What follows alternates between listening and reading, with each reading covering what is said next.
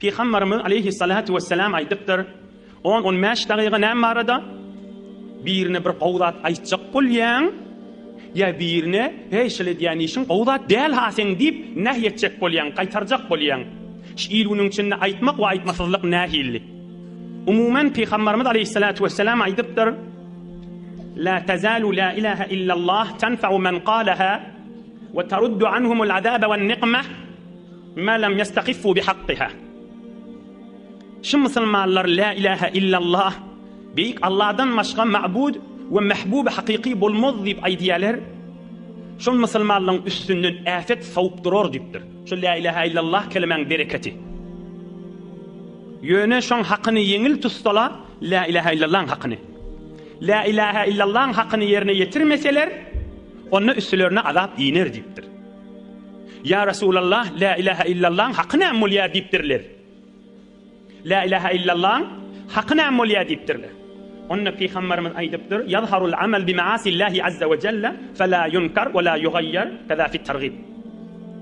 Onu görüp tuğun günah edip tuğular, haram edip tuğular, hiç yüreğinden gıyinne görenak, yadına düşenak, mağa näme deyip geçir yer, ve şunu ayrayliyin, şunu doğrulayliyin, şunu islah edeyilip, eger yadında yok. Şu tüyüslü olsa, la ilahe illallah hakkını bitirmediğin gibdir. La ilahe illallah hakkını bitirecek bolsan, günah haram görüngde, şonu bir ayıracak bolmaly, yüreğinden gıyın görmeli, narahat bolmaly şol günahda da. Öwrenişip gitmeliler şu günahga, diýdigi diýip Peygamberimiz aytypdyr. Aham inni ilüniň içini gözläp görüň, her kim la ilahe illallah'ın hakkını bitirmese üstüne azap iner diýdi. La ilahe illallah'ın hakkını amolly, nehyaz munkar etmek. Ey cemaat, ey gellece, ey dayda, ey doğancom, ey enecan, ey dadem, ey banlim. Şili işin bir biderek zat, Hudaýyň söýmeýän zady hadip aýdyp durmaly. Aýtmasaňyz azap iner diýipdir Peygamberimiz. Ey cemaatlar, ey jawan dostlar, ey hakylly, düşümli, ilm zamanynda ýaşaýarlar. Ey ol zamanynda ýaşap beren insanlar ike, her kim rahat ýaşasy gelýär şu zamanna. Gaýrazinmi? Rahat ýatasy gelýär, rahat ýesi gelýär, rahat içesi gelýär, rahat gülesi gelýär. Hemme kişi şeýle bolupdyr. Hop, näme diýip ol şäherler ike, ol obalar ike, ol mahalleler ike, ol belli hiyabanlar ike, ol belli öýler ike, günaga ähmiýet berilmeýär, şu mahallelerde, şu şäherlerde, şu ulukan yerlerde, şu öýlerde arameş ýok. Hatta şu hiyaban, şu mahalle, ya şu şäheriň içi şudur şu tähsilkärde bolsa da, ya şu hanawadan içi, hemmesi menip beren tähsilkärde bolsa da, yüreklerinde bir arameş ýok, yüreklerinde jaýyllyk ýok, bir keýpçilik ýok, şolaň yüreklerinde şoň arameş yüreklerinde keýpçilik ýokdugyny şol adamlaň öýüdi de bilýär ha. Ki şolaň öýlerine, şolaň mahallelerine günäken we yüreklerinde bir jaýyllyk ýok we başga halk keýf etip ýaşap berýär, şonu özleri de bilýär da. Siz de bilýänsiňiz şonu, şol adamlaň, şu hiyaban, şu şäherdäki adamlaň özü de bilýär da şonu. Pulu ba, awadallygy ba, derenligi ba, tähsilaty ba, ilmi ba ha. Gursagyna jaýyllyk ýok, yüreginde arameş ýok. Ol aýtýan jüreti hiç bolmany var ya. Ýaşy 40 ýetipdir, 40, 50 bardyr, 60 bardyr. Häzirde bir isteýän süýjiligini tapmany var ya. Näme diýip? Hudaýyň aýtmaýan ýerinden süýjilik tapjak bolýar. Näme diýip? Nehyaz munkar ýok. Näme diýip? Günäden hoşluk gözlejek bolýar. Şular bir görünüp duran zat ki Peygamberimiz aýtypdyr.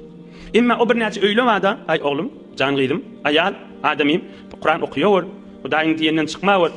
Beýlim haberdar bolawar, beýlewar diýen öýlerde we mahallelerde we hanawadalarda bir nowy arameş ba, jaýyllyk ba, bir nur ba, yüreklerine lezzet ba.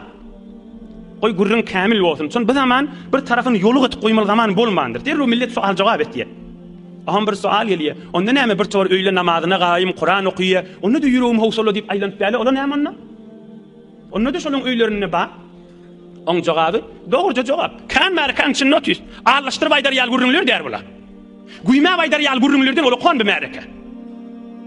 On jogaby görünüpdi. Bir adam ulukan saman taýa ot ýaksa bir haýadyna. Tüseti hem saýasyna mydahym bolmady? Beter bolar. Hem saýa näçe ýerikçili tüseti mydahym bolýar. Günälik diýäniň bir ýerde bolsa, kan ýerlere mydahym bolýar. Kan öýlere şonu göreni, eşdeni, şoň fikri harap bolup öýlerinden bir tüsse giren yanak, yoksa tüsse fakat şu ot yakının hayatta durmuyor da. Günah da şucuk bir yerde kan günah olsa, eştene, görene, bir bidirekçilik etdiýär adamlara. Bula bir, ikilenjisi, Hamana sen bir namazxan edipli Qur'an okuyan, onu da yüreğin howsalaly, yüreğin darqya da senki ağda çıqat ben hal bolýar. Bir aya Qur'an-ı Kerim eşdiýän yüreğin goýan ýalgyňy. Edil tüse gelende gaf penjaran ýapamaly bolýan hamana.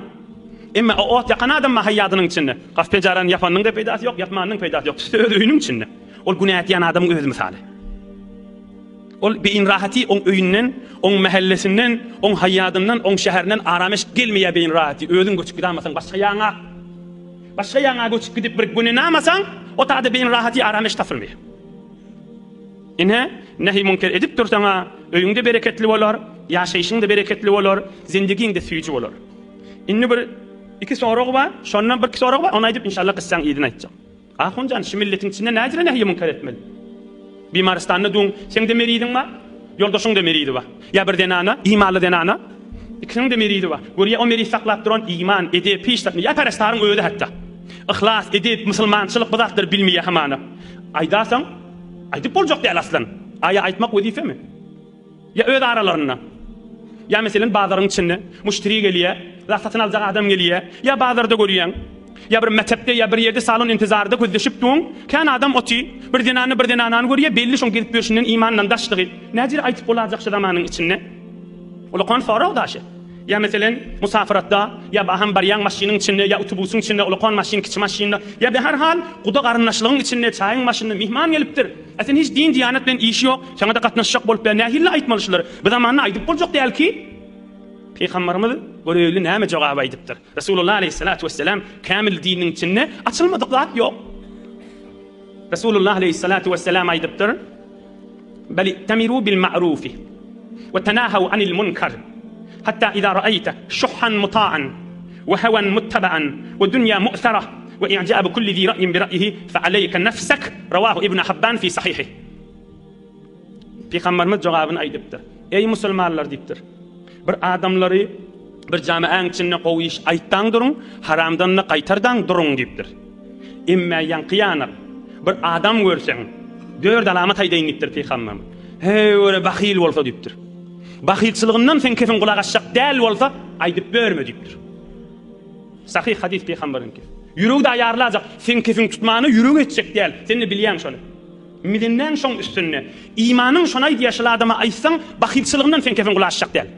Bir, ikilençisi hawan muttaba'an. Beter kellesiniň uğruna bir zatda aýtsaň yüreği ýarylajak. Men kelläm diýip geçip, fakat hay heves. Üçüncü, o dünya mu'thara, ahiret näme dünya bolsa bolýar diýse, aýdyp berme diýipdir. Dördüncü, ve i'jabu kulli zi ra'yin bi ra'yi. Özüm bilýän men diýip beren, özüm bilýänlerden bolsa aýdyp berme diýipdir. Fa aleyka nafsak, özüňe gaýym bolaga şonda diýipdir. Görýärmi? Özüňe gaýym bol diýipdir. Sen olaň ýydyna düşme. Özüňe gaýym. Hala gatnaş, hala bile oturuşma. Hulasy özüňe gaýym bol zarurat ýagdaýlarda. Oham ahirki soraga değil, tamam edeýil. Oy kamil bolsun bu barada. Onu bu zamanda hiç kim aýtyp bermeler la, onu hemme kişiyle bolupdyr. Onu bu zamanda aýtyp bermeler diýip sen soraga diýäňde, o hemme kişiyle. Ya bahyl, ya dünýäň bolsa bolýar, ya hemme kişi kellesiniň ýydynda, ya hemme kişi men bilýän diýip beren. Näjire bu zamanda aýtmaly onu? Bijire däl, ýalňyş bir fikir. Münkan adamlar aýtmajak bolup, diýmejek bolup aýdýar bir kefi. Türkmeniň içinde, biz de şalkyň içinde geçpäsä, erkek adamlardan, zinanalardan, gyz oglanlardan, gelinlerden gaty kän adamlar bar. Gatyken günah edip gezip günahından narahatda. Her namaz okuyamda Hudaýdan utanýan, utunup gezip başa. Her gaw düşünýän şol adamlar şugur. Her namaz okuyjak bolanda öýde Hudaýdan utanýan ýan adamlar bar. Näme günah ma diýýär? Mescid, medrese gaty hormaty bar, ihtiram goýup, onda da günah işetip gezip. Ýa Mekke Medine häzir de ihtiramy bar. Mekke-i Mukarreme, Medine-i Munawwara, ya Rasulullah'ın adını eşitinde müteessir bolýar. Öýde günah içinde gezip. Onu näme? Şo pahirleri bir adam gerek fakat elinden tutmağa. Elinden tuttuň dine gaşyn gaýtjak. Şo jar adama kan türkmeniň içinde.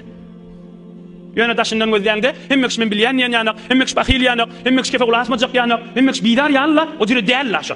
Şo jere aýdýan adam ýalňyş aýdýar, o jere däl şo.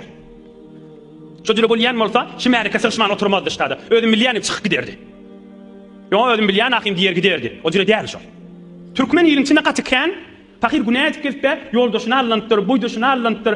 Fakir bir toforlar da öýdi, şeýle bolup girmeli kadik kesip, jamy äwre bulmalmışdyk diýip. Häzir bir nefer elinden tutmanlar, öýdi gowa adam, enasasy gowa adam, fakat muntazir, fakat gözleşipdi bir adam elinden tutsun. Fakat gözleşipdi bir Allah eşitsin, şoňa gaşyn düşüksin.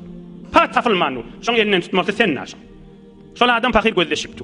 Aham sen näme etmeli? Şonu görýän da bir denany görýär, erk adamy görýär. Ay şula inşallah men kefim kulak asar diýsen, uğru bilen barda ayt wezifäňdir.